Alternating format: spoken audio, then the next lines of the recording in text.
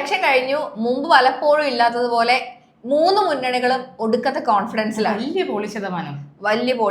അത്രയും പോളിംഗ് ശതമാനം വരുന്നത് കൊണ്ട് തന്നെയാണ് ഇവർ 3പേരും ആത്മവിശ്വാസത്തിലാണ്.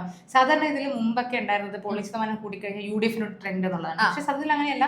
ഇതൊരു ഭരണവിരുദ്ധ വികാരം ഉണ്ടാവുന്ന ട്രെൻഡാണ് ശരിക്കും പോളിംഗ് ശതമാനം കൂടുന്നത് കാണിക്കുന്നത് എന്നുള്ളതാണ്. അപ്പൊ അത് ഇത്തവണ ആവുമെന്ന് ഉറപ്പൊന്നുമില്ല. പക്ഷെ സാധാരണ ഇതിൽ അങ്ങനെ വരുന്നൊരു പതിവുണ്ടായിരുന്നു കേരളത്തിൽ പൊതുവെ. പക്ഷെ അത് 2021 അത് തിരുത്തിയത്. കാരണം ഭരണവിരുദ്ധ വികാരം അതേ തുടർഭരണമായിരുന്നു. എന്നിട്ട് ശതമാനം കൂടുക വളരെ നല്ല 76%. അപ്പൊ ഈ അതും 2% ഇപ്പൊ കൂടി നിൽക്കുന്നു. അതെ, ഇപ്പൊ 78.27% നിൽക്കുന്നുണ്ട്. അപ്പൊ ഈ പോളിംഗ് ശതമാനം തന്നെയാണ് യഥാർത്ഥത്തിൽ ഈ 3 കോൺഫിഡൻസിന്റെ കാരണം. ആർക്ക് കിട്ടും എന്നുള്ളതാണ്. പക്ഷെ SIR കൊണ്ടാണ് ഇങ്ങനൊരു ആൾക്കാർ ഇത്രയും വന്നിരിക്കുന്നതെന്നാണ് UDF പറയുന്നത്. UDF അല്ല, ബാക്കിയുള്ളവർ പൊതുവെയുള്ള അഭിപ്രായം. UDF പറയുന്ന അങ്ങനെയല്ല, ഇത് ഞങ്ങൾക്കുള്ള തരംഗം തന്നെയാണ്. ഭരണവിരുദ്ധ വികാരം കൊണ്ടുണ്ടായിട്ടുള്ള തരംഗമാണ്. ഭരണവിരുദ്ധ വികാരമാണ് ഇത്രയും വോട്ടേഴ്സ് അവിടെ എത്തി എന്നുള്ളതാണ്. LDF പറയുന്നത് ഭരണവിരുദ്ധ വികാരവും ഇല്ല, തരംഗവും ഇല്ല, ഇത് ഞങ്ങൾക്കുള്ള വോട്ടാണ്, ഇത് ഞങ്ങളുടെ 3ാമത്തെ ഗവൺമെന്റ് തുടർഭരണം വരാനുള്ള 3ാം പിണറായി സർക്കാരിന്റെ വരാനുള്ള വോട്ടാണ് ഈ വന്നിരിക്കുന്നത് മുഴുവൻ എന്നുള്ളതാണ് LDF പറയുന്നത്.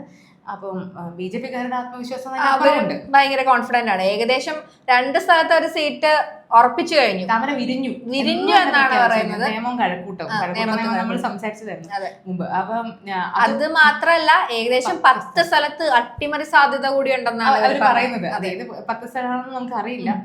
അപ്പൊ പക്ഷെ എന്നാൽ പോലും അങ്ങനത്തെ രീതിയിലാണ് മുന്നണികളുടെ ആത്മവിശ്വാസം നിൽക്കുന്നത്. പക്ഷെ പൊതുവെ എങ്ങനെയാ ഹർഷയ്ക്ക് തോന്നുന്നത് ഇതിന്റെ പോളിംഗ് ശതമാനവും വോട്ടിംഗ് ഇതൊക്കെ കാണുമ്പോൾ? പൊതുവെ പറഞ്ഞു കേട്ടിട്ടുള്ള ഒരു കാര്യം എന്ന് പറയുന്നത് പോളിംഗ് ശതമാനം കൂടുന്നത് എപ്പോഴും UDF-ന് ഒരു ഇതായിട്ട് വരും എന്നുള്ളതാണ്. എനിക്ക് തോന്നുന്നു മൊത്തത്തിലൊരു UDF-ന് ഒരു ചാൻസ് ഉണ്ടാവാനുള്ള സാധ്യതയുണ്ട്. At the same time LDF ഭയങ്കര ഭൂരിപക്ഷം ഇല്ലെങ്കിലും തട്ടിമുട്ടിയൊക്കെ ചിലപ്പോ ജയിച്ചു പോയേക്കാം തോന്നുന്നു അല്ലെ. പക്ഷെ എനിക്ക് നേരെ തിരിച്ചൊരു ഇതുണ്ട്. കാരണം വെച്ച് കഴിഞ്ഞാൽ ഇത് UDF ഭരണവിരുദ്ധ വികാരം വളരെ വ്യക്തമാവുന്ന ഒരു പോളിംഗ് തന്നെയാണെന്നുള്ളതാണ് എനിക്ക് കണക്കൂട്ടൽ തോന്നുന്നത്.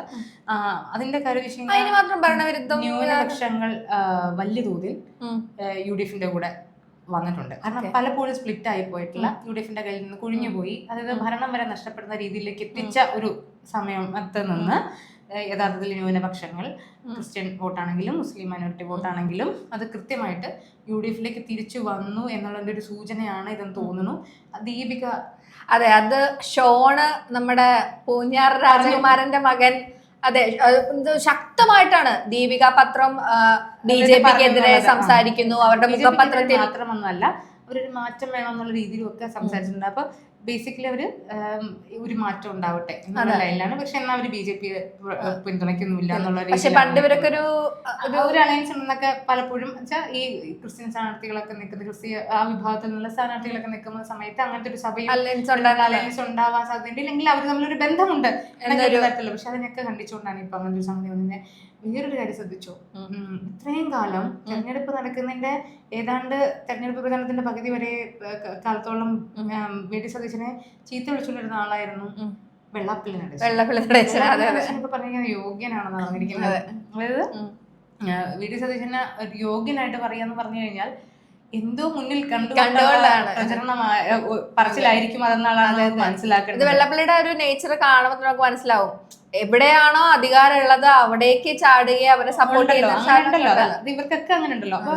അപ്പൊ അങ്ങനെയൊക്കെ നോക്കുമ്പോൾ മൊത്തത്തിൽ ഇന്ന് മാത്രമല്ല, ശ്രദ്ധിച്ചോന്നറിയില്ല, ഈ കോൺഗ്രസ് നേതാക്കളും കോൺഗ്രസ് സ്ഥാനാർത്ഥികളും സാധാരണ ഉണ്ടാവുന്നില്ല. അപ്പുറം അവരൊക്കെ വിജയിച്ച് നിൽക്കുന്ന ഒരു മനോഭാവത്തോടെയാണ് മീഡിയകളെ കാണുന്നതും അവരുടെ സോഷ്യൽ മീഡിയ കുറിപ്പുകളിലൊക്കെ ആണെങ്കിലും കാണുന്നത് ഒരു ഓൾറെഡി ജയിച്ചു കഴിഞ്ഞുള്ളത്. കാരണം അത്രയും ആത്മവിശ്വാസത്തോടുകൂടി നിൽക്കുന്ന ആൾക്കാർ. ഇപ്പൊ അബിൻ വർക്കി ആണെങ്കിലും മിട്രാം ആണെങ്കിലും അബിൻ വർക്കിയൊക്കെ പറയുന്നത് ഞാൻ മറ്റേ വള്ളപ്പാട് അകലത്തിലായിരിക്കും എന്റെ വിജയം എന്നുള്ളതാണ് പറയുന്നത്. അബിൻ വർക്കിയാണെങ്കിലും മിട്രാം ആണെങ്കിലും അങ്ങനെ രമേശ് പിഷാരടി തുടങ്ങി എല്ലാവരും ഭയങ്കര അവരുടെ മുഖത്ത് ഭയങ്കര കോൺഫിഡൻസ്. അവര് എല്ലാവർക്കും നന്ദി പറഞ്ഞുകൊണ്ട് പോസ്റ്റ് ഇടുമ്പോഴൊക്കെ ജയിച്ച ഒരു ഫീലിലാണ് മാധ്യമങ്ങളോട് പ്രതികരിക്കുന്നത്. ഞങ്ങൾ ഇനി 1ാമതെത്താനുള്ള പോരാട്ടത്തില അങ്ങനത്തെ ഒരു ഇതിലാണ്. അപ്പൊ ആ ആത്മവിശ്വാസം ഒന്നും കാണാതെയുള്ള ഒരു ആത്മവിശ്വാസമാണെന്ന് എനിക്ക് തോന്നുന്നില്ല.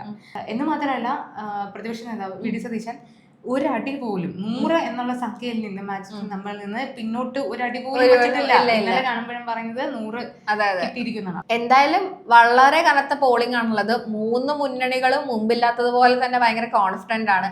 ആരുടെ ഒപ്പമാണ് ഈ കനത്ത പോളിംഗ് നിൽക്കാൻ പോകുന്നതെന്നാണ് നമുക്ക് കാണാനുള്ളത്. പ്രഡിക്ഷൻസ് ഇങ്ങനെ പലതും വരുന്നുണ്ട്. പക്ഷെ അന്തിമ വിധിക്ക് ഇനിയും കാത്തിരിക്കണം എന്നാണുള്ളതാണ്.